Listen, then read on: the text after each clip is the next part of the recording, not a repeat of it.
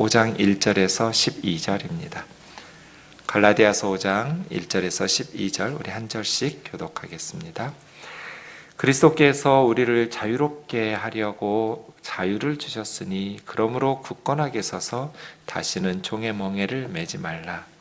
보라, 나 바울은 너희에게 말하노니 너희가 만일 할례를 받으면 그리스도께서 너희에게 아무 유익이 없느니라.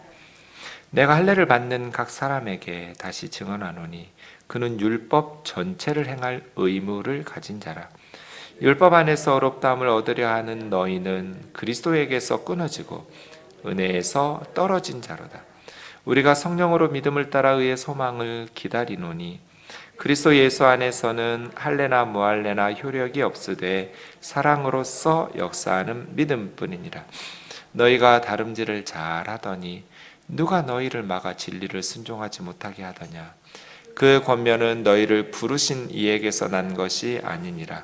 적은 누룩이 온 덩이에 퍼지느니라. 나는 너희가 아무 다른 마음을 품지 아니할 줄을 주 안에서 확신하노라. 그러나 너희를 요동하게 하는 자는 누구든지 심판을 받으리라. 형제들아, 내가 지금까지 할례를 전한다면 어찌하여 지금까지 박해를 받으리요? 그리하였으면 십자가의 걸림돌이 제거되었으리니 너희를 어지럽게 하는 자들은 스스로 베어버리기를 원하노라. 아멘. 갈라디아서의 핵심이 5장 1절이라고 말씀드렸습니다. 죄송합니다. 5장 1절은 갈라디아서 1장에서 4장까지를 요약했다고 보시면 됩니다. 그러니 갈라디아서 전체의 핵심 구절이라고 할 수 있는 것이죠. 자유의 마그나 카르타 이렇게 부릅니다. 자유의 대헌장이죠. 주일에 우리가 잠깐 살펴보았기 때문에 간단히 설명해도 될 것 같습니다. 그리스도께서 우리를 자유롭게 하려고 자유를 주셨으니 우리에게 종의 멍에, 율법의 멍에를 벗겨주신 분이 그리스도예요. 주님께서 세상에 왜 오셨는가? 자유를 주시려고, 해방시켜 주시려고 오셨죠. 그러니까 그리스도인이 되었다라는 것은 자유인이 되었다라는 것이고, 그리스도인이 되라고 부른다는 것은 자유로의 부르심이잖아요. 그리스도 안에서 우리가 죄와 사망의 권세로부터 해방되었어요. 그리스도 안에서 만약에 죄와 사망의 권세에서 해방되는 것이 율법 안에서라면 우리는 율법의 종이 되겠죠. 그런데 그리스도 안에서 우리가 죄와 사망의 권세에서 벗어나고 자유롭게 되었기 때문에 이제 우리는 율법의 종이 아니라 그리스도의 종이 되면 되는 거죠. 그래서 우리를 자유하게 하시려고 그리스도께서 우리에게 자유를 주셨다. 주일에도 말씀드렸지만 자유를 주셨다라는 것은 과거 완료 시제예요. 계속해서 주는 것도 아니고요. 앞으로 줄 것도 아니에요. 미래 시제도 아니에요. 자유를 주시는 것은 반복해서 주시는 행위가 아니에요. 이미 과거에 완료된, 끝난 문제예요. 우리가 예수 그리스도를 영접할 때 그리스도께서 우리에게 자유를 주셨어요. 끝. 네. 완료된 사건이에요. 그런데 이 자유는 잃어버릴 수 있단 말이에요. 한번 이 그리스도 안에서 우리에게 주신 자유를 선물로 받으면 그냥 저절로 천국 갈 때까지 그 자유가 우리의 것이 되는 게 아니에요. 그래서 굳건하게 서서 종의 멍에를 매지 않도록 해야 되는 것이죠. 왜? 자유를 잃어버릴 수 있으니까요. 다시 무거운 멍에를 짊어지고 살아가는 황소처럼 살지 말라는 거예요. 그리스도께서 우리 등에 있던 무거운 멍에를 깨뜨려 주셨는데 그 무거운 짐을 다시 짊어지고 황소처럼 살지 마라. 그러려면 굳건하게 서서 다시는 종의 멍에를 매지 않도록 신앙생활을 해야 되는 것이죠. 예전에 종의 멍에를 맨 것은 우상 숭배하느라고 그랬죠. 이방의 신들을 비위를 건드리면 이 땅에서 우리 삶이 재앙을 받는다고 생각했으니까 이방의 신들 우상들에게 종노릇 했었단 말이에요. 그런데 이제 복음을 받아들였어요. 자유롭게 되었어요.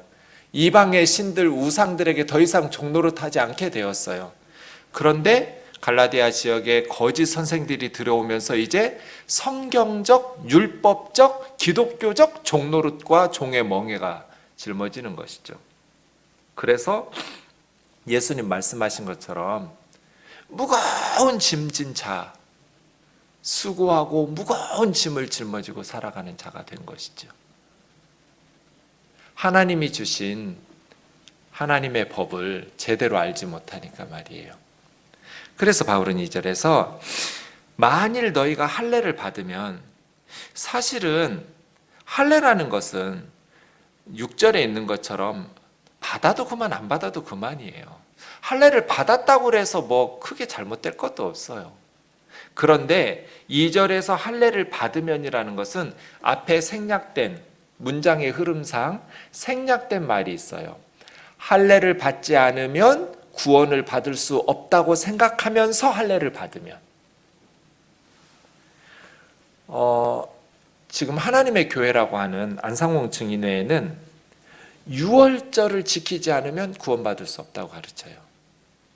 유월절을 지켜야 된다는 거예요. 유월절? 그까이 거 지키는 게 뭐 어려워요? 성경의 절기니까 지켜도 괜찮아요. 예전에 저희가 양재동에 있을 때 추수감사절이라는 것은 사실은 성경에 없는 절기잖아요. 미국의 선교사님들이 한국에 와서 가르쳤던, 근데 농경사회에서는 괜찮은데 이게 서울과 같은 도시에서 사는 분들에게는 추수를 안 하기 때문에 추수감사절이 조금, 감사하는 절기가 있는 건 좋은데, 그래서 우리 초막절을 지키자고. 원래 초막절이 추수감사하는 기간인데, 역사적으로 보면 이스라엘 백성들이 출애굽한 후에 40년 동안 광야 생활한 것을 기념하는 것이 초막절이거든요. 근데 그 초막절에 가을 추수가 끝나고, 그래서 수장절이라고 하기도 해요. 초막절을 곡식을 추수한 걸 저장한 절기, 수장절. 이게 이제 추수감사절하고 비슷한 의미이잖아요. 역사적 사건으로 보면 출애굽한 후에 광야 40년 동안 하나님께서 돌보신, 우리의 삶이 광야 같잖아요. 하나님께서 불기둥 구름기둥으로 인도해 주시지 않으면 생존이 불가능한 세상이란 말이에요. 믿음으로 살아가는 게 참 어렵죠. 성도의 삶이 만만하지 않아요. 그래서 광야 같은 우리의 삶을 과거 믿음의 조상들처럼, 이스라엘 백성들처럼 하나님의 은혜를 구하면서, 그런데 광야 40년에 기가 막힌 은혜가 주어지죠? 뭐예요? 율법이죠. 십계명 주시고 하나님의 말씀 주셨어요. 특이하게 광야라는 단어가 이스라엘 말로 미드바르예요. 미드바르, 광야. 근데 말씀이라는 단어가 다바르예요. 원래는 그냥 다른 거예요. 말씀이라는 것하고 광야라는 것하고는 전혀 다른 단어예요. 근데 특이하게도 미드바르, 다바르, 광야 속에 말씀이라는 다바르가 들어가 있어요. 그런 좀 특이한, 그래서 그런지 아마 이스라엘 백성들도 우리처럼 생각했을 거예요. 광야는 말씀 받은 곳, 율법 받은 곳, 십계명 받은 곳, 하나님의 말씀의 은혜로 걸어가는 사막길, 이렇게 하면서 신명기에서 사람이 떡으로만 살 것 아니고 하나님의 말씀으로 산다는 것, 예수님께서 사탄의 시험을 물리치실 때도 이 말씀을 인용하는 신명기 8장 3절처럼 말이에요. 그게 초막절이거든요. 그래서 우리 올 추수감사절은 초막절처럼 지켜보자고. 그럼 텐트 치고 집 밖에 나와가서 자는 거라고. 근데 우리가 텐트가 없잖아요. 교우들이 있는 집도 없고 없는 가정들도 있을 테니까 다 텐트 쳐놓은 데가 있다고. 과천에, 관악산이에요. 과천에 가면 텐트를 수백 개 쳐놨어요. 산 기슭에, 정부에서. 그래가지고 돈 주고 우리가 가서 거기는 또 음식도 해 먹을 수도 있어요. 고기도 구워 먹을 수 있고요. 그 계곡에 아주 좋은 곳이 있어요. 코로나 끝나기만 저는 지금 기다리고 있어요. 코로나 끝나자마자 우면동 식구들 다 데리고 거기 텐트로 가서 자면서 밤새도록 우리가 보낼 거거든요. 뭐 하냐면 우리가 광야의 하나님의 은혜를 기념했던 이스라엘 백성들처럼 추수에 대해서도 감사하고, 수장절이니까 광야 같은 우리의 척박한 도시의 생활에서도 하나님의 불기둥과 구름기둥의 은혜를 구하고 특별히 말씀으로 광야를 견뎌내니까, 그래서 거기다가 밤에 이렇게 또 다 불이 켜 있어요. 운동장도 있고요. 운동장에 다 모아놓고 교우들 성경 가르쳤어요. 성경 공부했어요. 그게 초막절이었어요. 그랬더니 양재동이 뒤집어졌어요. 이단이다. 추수감사절을 안 지키고 초막절을 지킨다. 아니, 성경에 없는 추수감사절을 지키는 건 이단이 아니고 성경에 나와 있는 초막절을 지키는 건 이단이라고 하면 어떻게 해요? 그건 무식한 거죠. 그래서 목사님 동네에서 막 이상한 소문이 돌아요. 내버려 두라고. 그 무식한 걸 어떻게 하냐고. 무식한 건 아무도 고칠 수가 없다고. 스스로 터득하고 깨달아야죠. 근데 있잖아요, 그런 식으로 하나님의 교회에서 유월절을 지키는 거 괜찮아요. 성경의 의미를, 성경의 교훈은요, 이렇게 설교처럼 성경 공부처럼 말로도 가르칠 수 있고요, 직접 예식으로도 가르칠 수 있어요. 뭐 초막절, 유월절 이런 것들이죠. 우리가 부활절 이렇게 다 하듯이요. 근데 하나님의 교회의 주장은 달라요. 유월절을 지키지 않으면 구원을 받을 수 없다예요. 만일 유월절을 지키지 않으면 구원을 받을 수 없기 때문에 유월절을 지키는 하나님의 교회 안으로 와야만 구원을 받을 수 있다고 하면 이건 아무짝에 쓸모없는 복음이에요. 복음을 왜곡시켰으니까요. 복음은 조금만 변경시켜도 복음이 아니에요. 가짜예요. 그래서 이단이라고 말하고 거기에는 구원이 없다고 말하는 거예요. 생각해보면 우리하고 똑같은 성경을 믿네요. 정말 열심히 기도하고 전도하고 너무너무 열심히 신앙생활해요. 그런데 거기에 왜 구원이 없다고 말해요? 갈라디아 교회, 예수 그리스도를 믿었죠. 할례를 받고 율법을 지키래요. 성경에 다 구약에 명령한 것들이에요. 그런데 바울은 왜 너희가 그것을 하면 2절에 그리스도는 너희에게 아무 유익이 없느니라, 이 말 바꿔 말하면 뭐예요? 그렇게 믿으면 너희는 구원이 없다는 거예요. 이건 온전한 믿음에서 조금 변질됐지만 구원은 있어, 이게 아니에요. 2절은 너희가 만일 할례 받지 않으면 구원을 받을 수 없다고 생각하고 할례를 받는 그런 신앙생활을 한다면 너희는 구원받을 수 없다는 거예요. 유월절을 지키지 않으면 구원을 받을 수 없다고 가르치는 안상홍 증인회는 복음을 변질시키고 왜곡시켰기 때문에 거기는 뭔가 부족한, 구원은 부끄러운 구원이나마 받을 수 있는 곳이 아닌 거예요. 바울은 지금 갈라디아 교회 성도들에게 매우 강력한 메시지를 전하면서 양자택일이에요. 예수 그리스도의 은혜로 구원받을 거냐, 아니면 할례와 율법으로 구원을 받을 거냐, 선택은 두 가지밖에 없는 거예요. 둘 다 구원이 있는 게 아니에요. 그리스도에게서 떨어지고 그리스도의 은혜에게서 멀어졌다라는 말은 구원 없다는 뜻이에요. 만일 할례를 받지 않으면 구원을 받을 수 없다고 생각하면서 할례를 받는다면 너희에게는 그리스도의 은혜는 없다. 왜냐하면 할례를 받는 각 사람에게 다시 증언하노니 그 사람은 율법 전체를 행할 의무를 가졌기 때문에. 할례만 지키면 되나요? 율법 전체를 지켜야죠. 할례 베풀고 율법 지켜서 의롭다함을 얻을 수 있다면. 그래서요, 4절 율법 안에서 의롭다함을 얻으려 하는 너희는 그리스도에게서 끊어지고 은혜에게서 떨어진 자다. 그리스도에게서 끊어지고 은혜에서 떨어졌는데 어떻게 구원을 받아요? 2절에서 그리스도께서 너희에게 아무 유익이 없다는 말을 못 알아들을까 봐 4절에서 다시 정확하게 예수님의 은혜에게서 너희는 끊어졌다.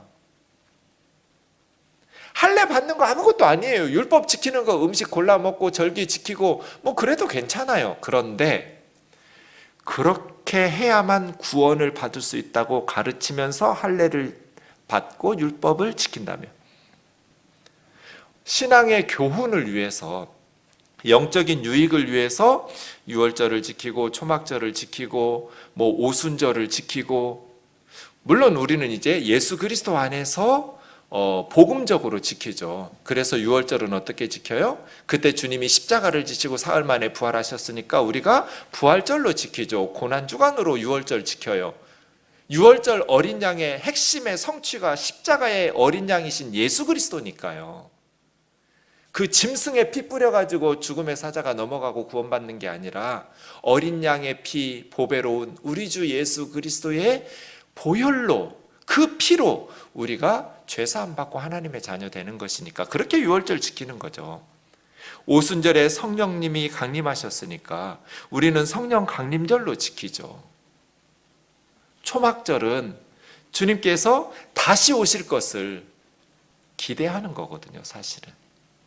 그래서 사실 시제로 보면 성경의 3대 절기가, 유월절은 과거형이에요. 십자가에서 완성됐어요, 이제.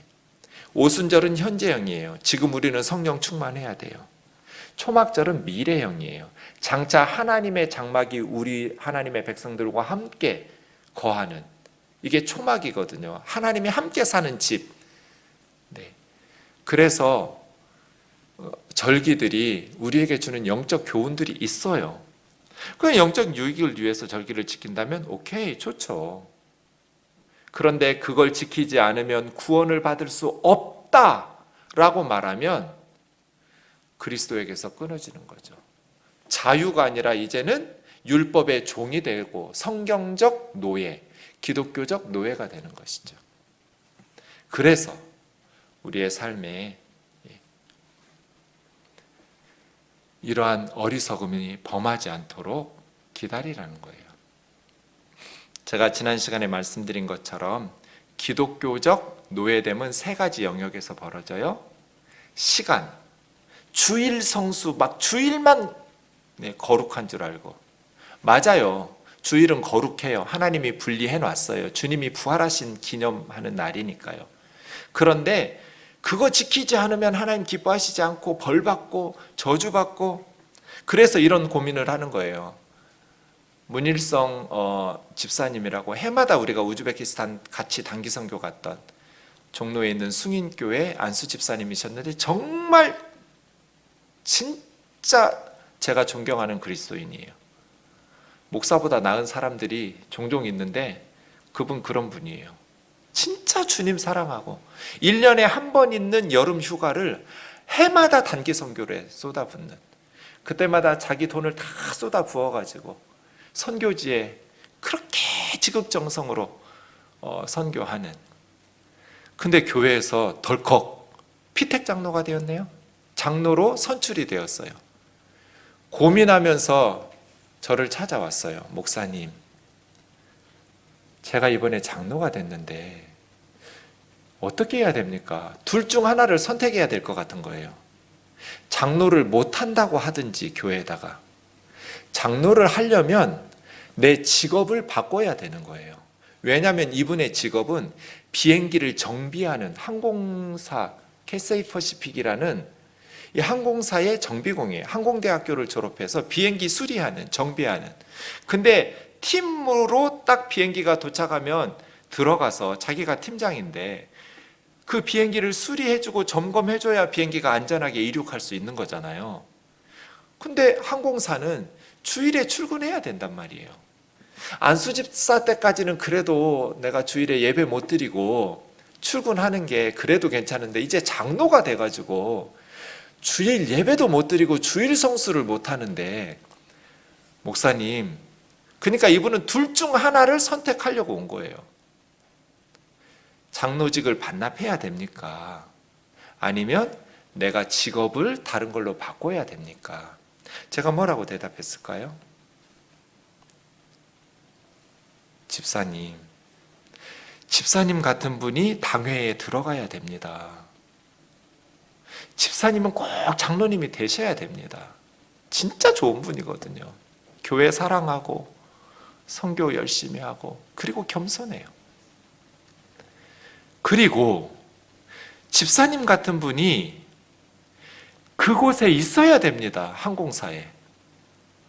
왜냐하면 그러면 항공 정비하는 사람들은 누가 전도하고 누가 기도해 주냔 말이에요. 성경 시대에는 농경 사회여서 믿음으로 결단만 하면 안식일에 쉬면 돼요. 주일 성수가 쉬웠어요, 시골에서는. 그런데 지금은 직업이 3만 개가 넘어요. 그 많은 현대인의 직업들 중에는 내가 빠질 수 없는, 그럼 직업 바꿔야 되는 그런 직업들이 있을 수 있어요. 근데 교회에서는 계속 주일 성수를 강조했단 말이에요. 그러니 이런 고민을 하는 거예요. 그래서 저는 당신 담임 목사님하고 의논하는데 만약에 우리 교우였다면 나는 그렇게 당회에 반드시 들어오게 했을 것이고 그 성도들을 통해서 다 기도하면서 하나님께서 임명하신 건데 그 직분을 어떻게 함부로 반납하고 그래요. 하나님 세우신 건데. 그러니 당회에도 불렀을 것이고 그리고 그 직업도 그만두지 못하게 했을 거라고. 오랫동안 사귀었던 사람들에게 진짜 전도 열심히 하시는 분이거든요. 그리고 항공사 직원이니까 선교사님들 나갈 때마다 짐이 오바되면 이분이 다 커버해요. 이건 좀 불법인가? 설교하면 안 되나? 어쨌든 단기 선교 갈 때마다 우리가 공항에서 정말 애먹거든요. 이 너무 비싸니까 오바 차지 될 때. 근데 이 장로님이 다 이렇게 해가지고 선교사님들에게 정말 공항에서 유익하게 도움을 주시는 분이에요. 그리고 그 직원들을 잘 말씀으로 전도하면서 인도하는 분이거든요. 그럼 그 영역은 누가 복음화하고 누가 전도하냔 말이에요. 이런 거죠. 백화점에 다녀요. 주일에 문 열지 않는 백화점이 어디 있어요? 우리 백화점은 주일은 문 닫습니다. 그럼 누가 월세 내고 많이 깎아주면 모르겠지만 그 백화점에 입점해서 장사하려고 하겠어요? 그럼 백화점에 다니는 분이 전도 받았어요. 그러니까 빨리 우리가 전도를 더 열심히 해가지고 주일에 문 닫는 백화점이 있으면 좋겠지만 지금 그런 백화점이 없는데 어쨌든 전도해서 주일 성수 못 하잖아요. 백화점 직원은. 어떻게 해야 돼요? 직업을 바꾸거나 아니면 교회를 신앙을 포기하거나 이렇게 가르쳐야 돼요? 아깝네. 주일 성수하면 천국에도 갈 수 있고 너무 좋은데 당신은 그걸 놓지 못해서 아니요. 다니라고. 나중에 믿음이 더 좋아지면 세워지겠죠. 그래서 제가 아는 장로님은 대전에 자기 백화점을 월요일에 쉬면 월요일에 교회를 해요. 백화점 안에 교회 예배당을 지어놓고 목사님도 청빙해서 그러니까 이제 다른 백화점 직원들도 그 교회로 올 수 있는 거예요. 쉬는 날 평일에. 그러면 구원받을 수 없을까요? 주님이 싫어하실까요? 아니요. 제가 우리 권사님 가정에 신방을 갔어요. 남편이 정말 착해요. 큰아들이에요. 근데 아내가 저한테 그러더라고요. 목사님, 우리 아내가 나를 전도하려고 나를 이렇게 교회 함께 가자고 하는데 나는 경상도 출신의 장남입니다. 우리 동생들 아무도 예수 안 믿습니다. 우리 아내만 교회를 다닙니다. 나도 교회 가고 싶은 마음은 있는데 나는 제사를 모셔야 됩니다. 장남이니까. 그래서 저는 교회 못 가는 것을 양해해 주십시오. 제가 양해해 드리면 되겠어요? 안 되겠어요? 안 되죠. 제사 드리라고. 그리고 교회 나오라고. 아깝네요. 제사는 우상 숭배여서 정말 그걸 포기하고 딱 교회 나와서 예수님 믿으면 천국에 함께 갈 수 있을 텐데 제사를 드려서 안 되겠네요. 제가 그렇게 말해야 되나요? 의미만 바꿨죠. 제사는 돌아가신 부모님에 대한 효도지, 그 신에게, 조상 신에게 잘 보여야 잘 되는 거 아니라고. 살아있는 우리들이 정직하고 성실하게 살아야 잘 사는 것이지 조상신 잘못이어서. 그랬더니 바로 그 자리에서 인정하더라. 그렇죠, 목사님. 뭐 돌아가신 부모님한테 무슨 신처럼 잘 모신다고 우리가 복 받겠냐고. 근데 나 제사 지내는데 교회 다녀도 되냐고. 다녀도 된다고. 걱정하지 말라고. 그래서 그 다음 주일부터 교회를 같이 나왔어요. 한 2년쯤 지났어요. 그랬더니 제가 뭐라고도 안 했는데 와서 말씀하셨어요. 목사님, 올해부터는 우리 집에서 제사 안 지내기로 했습니다. 수원에 사는 동생들이 난리가 났는데 부모님 제사 모셔가기로 했습니다. 어떻게 할까요? 하라고 내버려 두라고. 금방 거기 동생네 집 부부싸움 나가지고 그 제사 다시 집사님 집으로 올 거라고. 한 번 1년 지내고 다시 못하겠다고 그랬어요. 목사님, 이제 또 어떻게 해야 되냐고. 큰아들 장남이니까 내가 제사상 준비한다. 단 우리 가족은 예배 먼저 드릴 테니까 너희들은 와서 절을 하든지 뭐 그렇게 하라고. 그렇게 하고 있어요. 고변상 집사님 얘기예요. 제사 지내면 예수 믿어도 구원받을 수 없어요? 믿음이라는 게 처음부터 그렇게 생기는 게 아니잖아요. 할래? 아무것도 아니에요.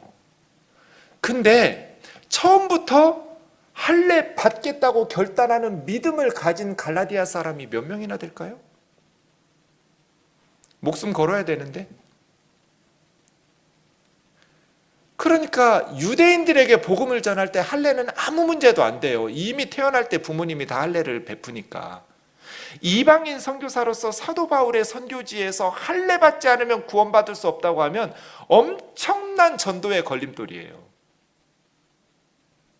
그까짓 거 받아도 그만 안 받아도 그만인 거 가지고 반드시 받아야 된다라고 말하면 이런 식으로 무거운 짐을 주일 성수나 공간, 예배당에 나와서 여기를 신성시한다거나 이 건물을, 사람, 목사를 신성시한다거나 이런 게 다 종의 노예가 되는 거예요. 제가 정말 내 딸이 있으면 쟤하고 결혼시켰으면 좋겠다. 이게 제 기준이거든요. 목사님, 결혼하고 싶은 사람이 생겼어요. 그럼 만나야지. 그때 제 기준은 딱 하나예요. 내 아들을 저 자매하고 결혼시키겠다고 할 수 있겠는가? 내 딸이 있다면 내 딸을 저 형제하고 결혼해도 좋겠다는 생각을 할 수 있겠는가? 제가 그 기준으로 허락하거든요. 뭐 목사가 반대한다고 딱 2번 반대해 봤는데요, 지금까지. 자기들이 결혼하겠다고 데려온 배우자를 목사가 어지간하면 반대할 리가 없잖아요. 그런데 딱 2번은 반대했어요. 안 돼. 난 반댈세. 25년 목회하면서 제가 2번 반대했는데요.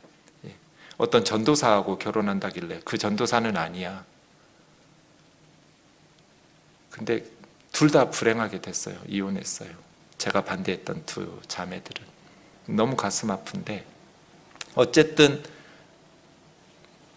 한 형제가 너무 좋은 형제예요.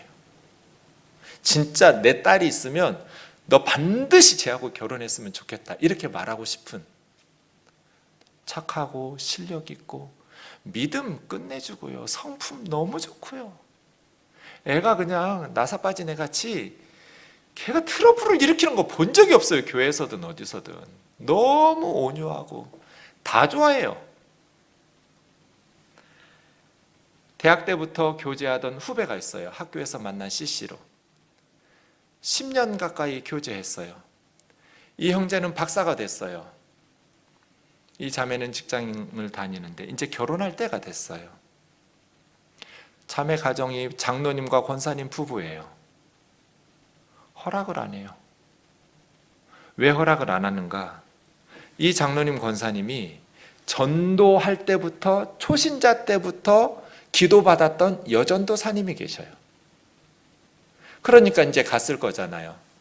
우리 딸이 이렇게 교제하는 형제가 있는데 목사님 아들이고 박사고 참 착하고 좋은, 서로 오랫동안 사랑해서 이제 결혼해야 될 것 같은데 전도사님 기도해 주세요 했더니 이 전도사님이 하나님의 직통 계시를 받았네요. 이 결혼 반대. 결혼하면 안 돼. 헤어져야 돼. 그래가지고 자매 쪽에서 허락을 안 해주는 거예요.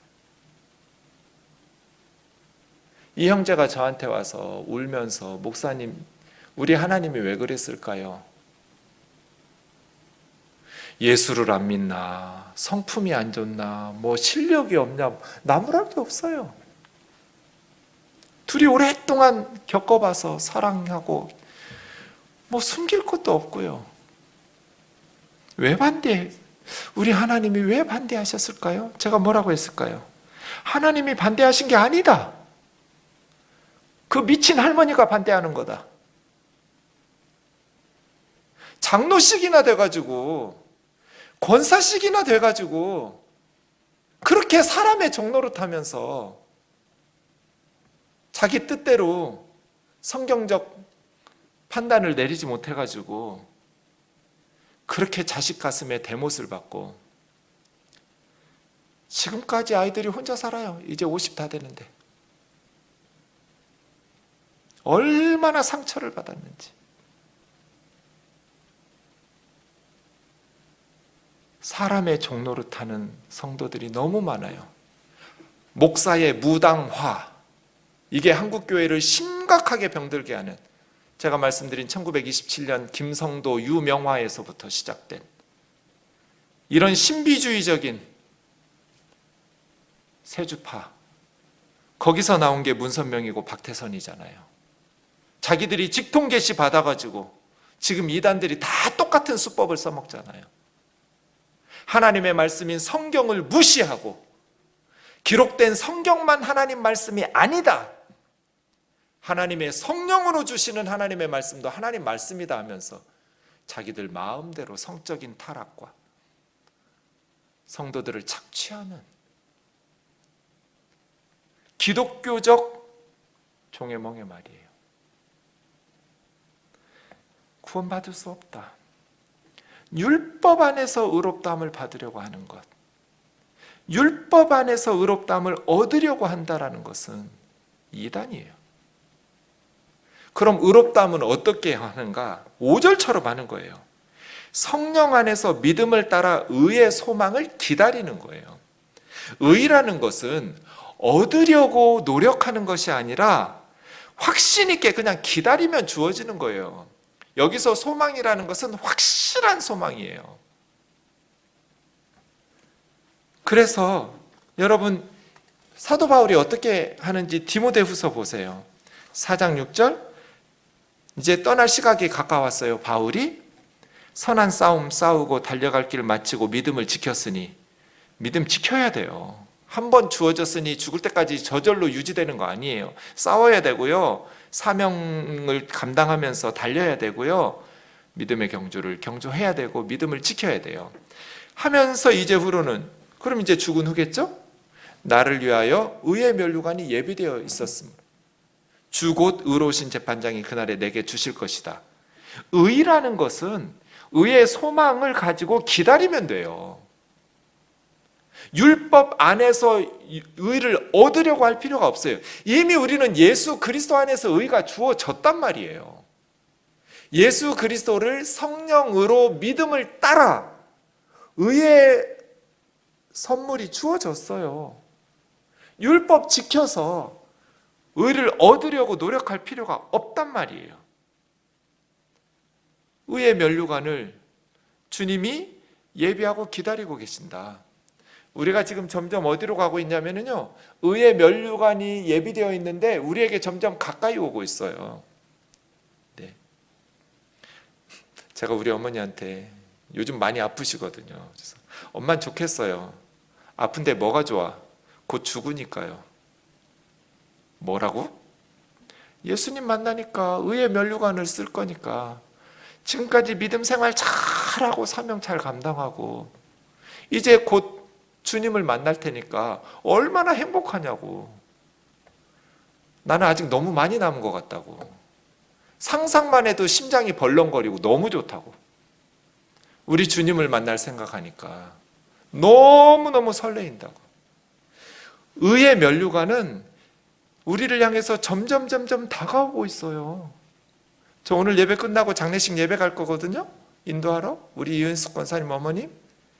너무 부러워요. 의의 면류관이 우리를 위해서 예비되고 저와 여러분을 위해서 가까이 다가오고 있어요. 의라는 건 그런 것이지 소망을 가지고 기다리면 되는 것이지 얻으려고 노력하는 게 아니에요. 얼마만큼 해야 우리가 의를 얻을 수 있을까요? 율법을 지켜서 율법 안에 살면 이게 불안해요. 우리에게 중요한 건 6절이죠. 할래나 뭐 할래 아무 효력도 없다. 아무 의미도 효력이 없다는 건 힘을 못 쓴다는 거예요. 애들이 종이돈 가지고 가짜 돈 가지고 슈퍼 가면 뭐 물건 못 사잖아요. 이런 게 효력이 없는 거예요. 가짜 돈이에요. 장난감 돈이라고요. 할래도 무할래도 힘이 없어요. 그럼 뭐가 힘이 있냐? 사랑으로 역사하는 믿음이 힘이 있어요. 사랑으로 역사하는 믿음. 우리 속에 사랑이 풍성해져야 돼요. 사랑으로 충만해져야 돼요. 내 마음은 왜 이렇게 사랑이 없을까? 뭐가 문제예요? 율법 열심히 지키고 하는 게 아니고 예수 그리스도를 바라봐야 돼요. 예수님이 날 얼마나 사랑했는지를 생각하면, 요즘 어머니랑 지내면서 어머니가 날 얼마나 사랑했는지 새록새록 깨달아요. 그랬더니 어머니를 향한 저의 사랑이 그냥 저절로 생겨요. 사랑은 그런 거죠. 예수님이 우리를 얼마나 사랑하셨는지를 묵상하다 보면 주님을 향한 사랑이 솟아나요. 사랑으로 역사하는 믿음. 만약에 그 믿음, 사랑으로 역사하지 않는 믿음이라면 뭔가 잘못된 믿음이거든요. 7절, 너희가 다름질 잘하더니 누가 너희를 막아 진리를 순종하지 못하게 하더냐. 그 권면은 너희를 부르신 이에게서 난 것이 아니니라. 우리를 부르신 분은 하나님이잖아요. 거짓 선생들의 가르침은 하나님에게서 나온 게 아니에요. 신천지 교주인 이만희의 가르침은 하나님에게서 나온 권면이 아니에요. 안상홍기의 가르침은, 문선명이의 가르침은 하나님에게서 나온 게 아니에요. 그럼 어디서 나왔어요? 사탄에게서 나온 거예요. 멸망으로 끌고 가는. 적은 누룩이 온 덩이에 퍼지느니라. 이 적은 누룩은, 바리새인들의 누룩은 바리새인들의 교훈이거든요. 이 거짓 선생들의 가르침은 온 반죽 덩어리 교회에 삽시간에 퍼져서 온 교회가 통째로 멸망으로 갈 거잖아요. 그러니 맞서 싸워야죠. 선한 싸움을 싸워야죠. 나는 너희가 아무 다른 마음도 품지 않을 줄을 주 안에서 확신하노라. 이 편지 읽고 너희가 회개하고 돌아올 줄 확신한다. 다른 생각 안 할 줄로 나는 믿는다. 이런 경고의 말씀을 듣고 너희가 바로 깨달을 것이고 너희는 다시 회개하면서 바른 복음을 회복할 줄로 주 안에서 확신하노라. 그러나 너희를 계속 흔드는 자가 있다면 누구든지 심판을 받을 것이다. 형제들아, 내가 지금까지 할례 전하면 왜 박해를 받겠냐? 유대인들에게 박해를 왜 받겠냐고요? 할례 받고 율법 지키라고, 그래야 구원받는다고 말한다면. 그러면 그리스도의 십자가의 걸림돌이 제거되었을 것이다. 이건 돌아오는 주일에 자세히 설명하겠습니다. 너희를 어지럽게 하는 자들을 스스로 베어버리기를. 할례 받아야 된다고 성기의 껍질을 베어야 된다고 하는 자들을 오히려 교회에서 베어내라는 거예요. 할례를 주장하는 할례당들을 할례시켜서 제거시키라는 거예요. 그렇지 않으면 너희 교회는 멸망한다. 복음을 변질시켰으니까. 사랑하는 자매 형제 여러분, 우리 우면동 교회가 예수 그리스도의 십자가의 복음에 붙들리기를 원합니다. 유대인들은 표적을 구하고 헬라인들은 지혜를 찾지만 우리는 오직 십자가에 못 박힌 예수 그리스도만 전합니다. 예수 그리스도의 은혜로 하나님의 자녀가 됩니다. 이방인들에게 미련한 것이고 유대인들에게 걸림돌이 된다고 말할지라도 예수 그리스도는 하나님의 능력, 하나님의 지혜여서 우리 우면동교회 주님 오시는 그날까지 이 갈라디아서의 복음을 조금도 변경시키지 말고 우리와 우리 후손들이 영원히 성경적인 복음 안에서 주님 믿고 살아가기를 원합니다. 사람의 노예가 되지 마세요. 시간의 노예도 되지 마세요. 공간과 장소의 노예도 되지 마세요. 주님이 우리를 자유롭게 하시려고 자유를 주셨어요. 그 자유 안에서 사랑으로 서로 종노릇하면서 사랑 안에서 여러분이 주님을 기쁘시게 하면서 살아가는 은혜의 시간들이 되기를 주의 이름으로 축원합니다. 우리 좀 말씀 묵상하면서 기도하겠습니다. 온전한 복음